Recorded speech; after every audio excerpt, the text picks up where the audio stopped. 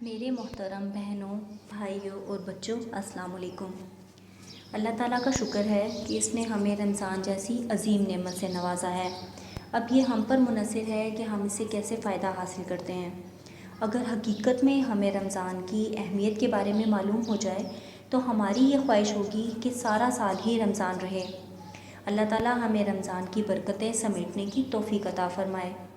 آئیے چوتھے پارے کا خلاصہ شروع کرتے ہیں۔ اس پارے میں سورۃ آل عمران مکمل ہوتی ہے اور سورۃ النساء کی 23 آیات شامل ہیں۔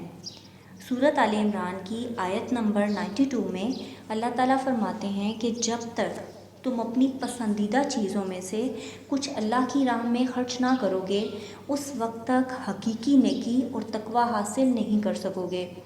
تم جو کچھ بھی خرچ کرو گے، اچھی یا بری چیز، اللہ اسے جانتا ہے، اس کے مطابق جزا سے نوازے گا۔ آیت نمبر 93 اور 94 یہود کے اس اعتراض پر نازل ہوئیں کہ انہوں نے نبی کریم صلی اللہ علیہ وآلہ وسلم سے کہا کہ آپ صلی اللہ علیہ وآلہ وسلم دین ابراہیمی کے پیروکار ہونے کا دعویٰ کرتے ہیں اور اونٹ کا گوشت بھی کھاتے ہیں، جبکہ اونٹ کا گوشت اور دودھ دین ابراہیمی میں حرام تھا۔ اللہ تعالیٰ نے فرمایا، یہود کا دعویٰ غلط ہے، کیونکہ ان کے پاس کیا ثبوت ہے کہ حضرت ابراہیم علیہ السلام کے دین میں یہ چیزیں حرام تھیں، جبکہ توریت حضرت ابراہیم علیہ السلام اور حضرت یعقوب علیہ السلام کے بہت بعد نازل ہوئی ہے۔ آیت نمبر 96 میں یہود کے دوسرے اعتراض کا جواب ہے۔ وہ کہتے تھے کہ بیت المقدس سب سے پہلا عبادت خانہ ہے، محمد صلی اللہ علیہ وآلہ وسلم اور ان کے ساتھیوں نے اپنا قبلہ کیوں بدل لیا؟ اس کے جواب میں کہا گیا ہے کہ تمہارا یہ دعویٰ بھی غلط ہے۔ پہلا گھر جو اللہ کی عبادت کے لیے تعمیر کیا گیا وہ مکہ میں ہے، یعنی خانہ کعبہ۔ آیت نمبر 97 کی روح سے ہر صاحب استطاعت پر حج فرض ہے۔ استطاعت کے باوجود حج نہ کرنے کو قرآن نے کفر سے تعبیر کیا ہے۔ آیت نمبر 98 اور 99 میں اہل کتاب کو مخاطب کر کے فرمایا گیا کہ تم جانتے ہو کہ یہ دین اسلام حق ہے اور نبی صلی اللہ علیہ وآلہ وسلم اللہ کے سچے رسول ہیں، کیونکہ یہ باتیں ان کتابوں میں درج ہیں جو تمہارے انبیاء پر اتریں اور جنہیں تم پڑھتے ہو۔ آیت نمبر 100 میں مسلمانوں کو تنبیہ کی جا رہی ہے کہ تم یہودیوں کی سازشوں سے ہوشیار رہو۔ آیت نمبر 101 سے 103 تک تقوی اختیار کرنے کی تلقین کی گئی ہے، اور اللہ تعالیٰ فرماتے ہیں، اے ایمان والو، اللہ تعالیٰ سے اتنا ڈرو جتنا اس سے ڈرنا چاہیے، اور دیکھو مرتے دم تک مسلمان ہی رہنا۔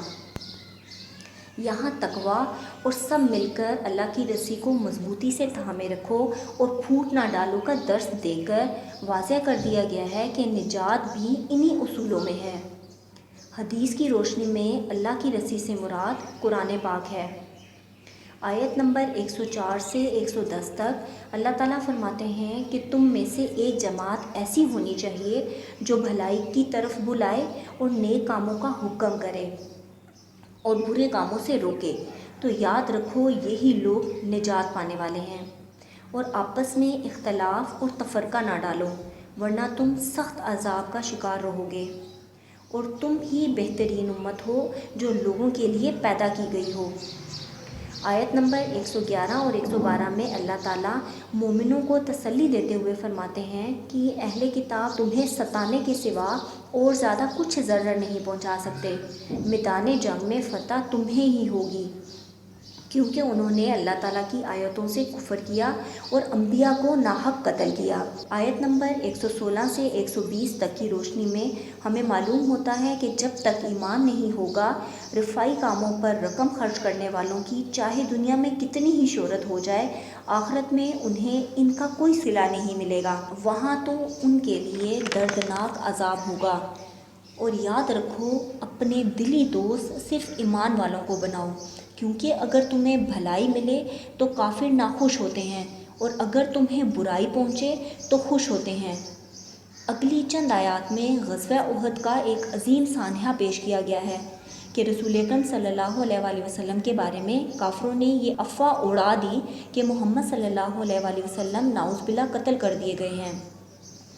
مسلمانوں میں جب یہ خبر پھیلی تو اس سے بعض مسلمانوں کے حوصلے پست ہو گئے اور لڑائی سے پیچھے ہٹ گئے، جس پر سورۃ آل عمران کی 144 آیت نازل ہوئی۔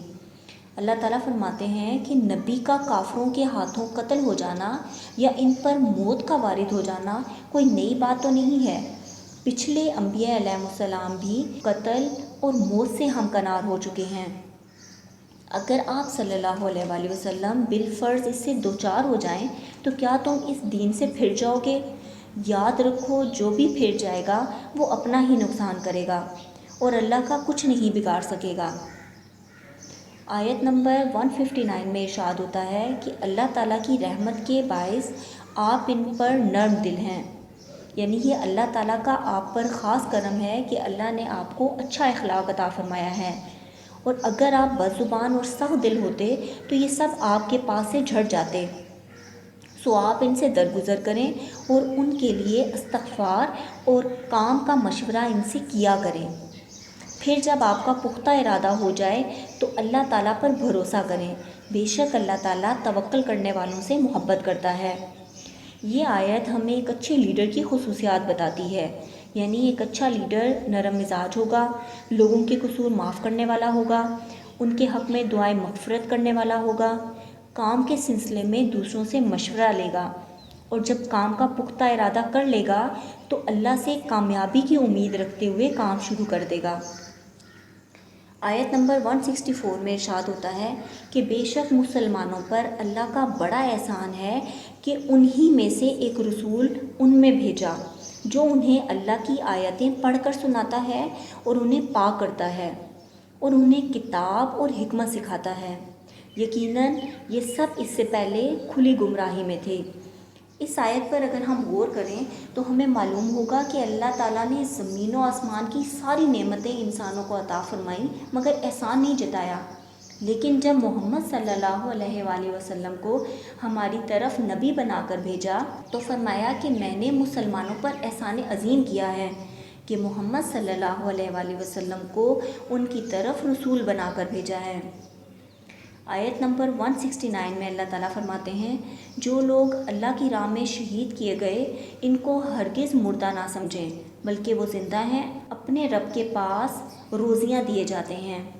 اس آیت کی وضاحت رسول اکرم صلی اللہ علیہ وآلہ وسلم نے اس طرح فرمائی کہ شہید کی روحیں سبز پرندوں کے سینوں میں داخل کر دی جاتی ہیں اور وہ جنت میں کھاتی پھرتی اور اس کی نعمتوں کے مزے لیتی رہتی ہیں۔ آیت نمبر 180 میں اللہ تعالیٰ بخیلی اور کنجوسی سے بچنے کا حکم دیتے ہیں۔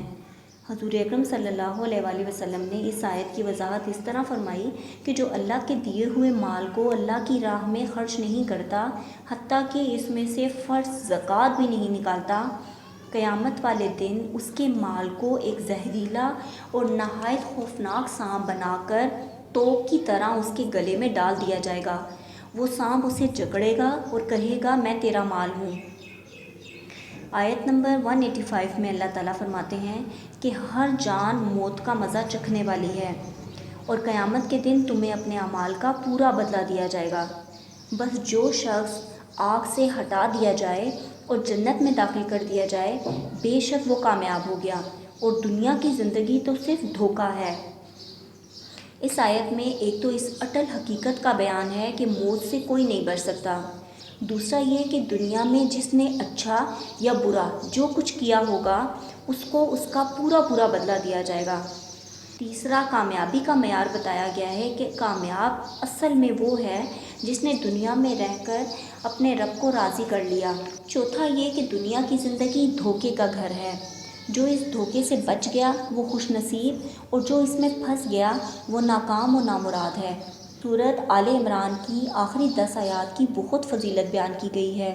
حدیث میں آتا ہے کہ آپ صلی اللہ علیہ وآلہ وسلم رات کو جب تہجد کے لیے اٹھتے تو آل عمران کی آخری 10 آیات پڑھتے اور اس کے بعد نماز کے لیے وضو کرتے۔ اگلی سورت سورۃ النساء ہے۔ سورۃ النساء مدنی سورت ہے۔ نساء کے معنی ہیں عورتیں یعنی وومن۔ اس صورت میں عورتوں کے بہت سے اہم مسائل کا تذکرہ ہے، اس لیے اسے سورۃ النساء کہا جاتا ہے۔ سورۃ النساء کی آیت نمبر 10 میں اللہ تعالیٰ فرماتے ہیں جو لوگ ناحق ظلم سے یتیموں کا مال کھا جاتے ہیں وہ اپنے پیٹ میں آگ ہی بھر رہے ہیں اور عنقریب وہ دوزخ میں جائیں گے۔ سورۃ النساء کی آیت نمبر 11 اور 12 میں وراثت کے احکام اور مسائل بیان کیے گئے ہیں۔ آیت نمبر 17 اور 18 میں توبہ کی حقیقت کے بارے میں بتایا گیا ہے کہ اللہ تعالیٰ صرف انہی لوگوں کی توبہ قبول فرماتا ہے جو بوجہ نادانی کوئی برائی کر گزریں پھر جلد اس سے باز آ جائیں اور توبہ کریں، تو اللہ تعالیٰ بھی ان کی توبہ قبول کرتا ہے۔ اللہ تعالیٰ بڑے علم والا، حکمت والا ہے۔ یاد رکھیں نزع کے عالم میں جب موت کے فرشتے نظر آنے لگیں یا سورج کے مغرب سے طلوع ہونے کے بعد توبہ قبول نہیں ہوتی۔ ان اوقات کے علاوہ ہم جب بھی اپنے گناہوں پر شرمندہ ہوں اور سچے دل سے اللہ سے معافی مانگیں تو ہمارے اللہ ہمیں فوراً معاف کر دیتے ہیں، کیونکہ اللہ کی رحمت اللہ کے غصے پر حاوی ہے۔ الحمدللہ، چوتھے پارے کی سمری مکمل ہوئی۔ اس پارے کے خلاصے کی روشنی میں ہمیں کچھ کاموں کی عادت لازمی اپنا لینی چاہیے، مثلاً اپنی پسندیدہ چیزیں اللہ کی راہ میں خرچ کرنا، امر بالمعروف و نہی عن المنکر کی کوشش شروع کرنا، اللہ کی راہ میں خرچ کرتے ہوئے بخل نہ کرنا، اور سورۃ آل عمران کی آخری 10 آیات روزانہ صبح بیدار ہوتے ہی پڑھنا اور ان آیات کو حفظ کرنے کی نیت اور کوشش کرنا۔ اللہ تعالیٰ ہمیں قرآنی تعلیمات کو سمجھنے اور اس کے مطابق زندگی گزارنے کی توفیق عطا فرمائے۔ انشاءاللہ نیکسٹ ویڈیو کے ساتھ جلد حاضر ہوں گی۔ اللہ حافظ۔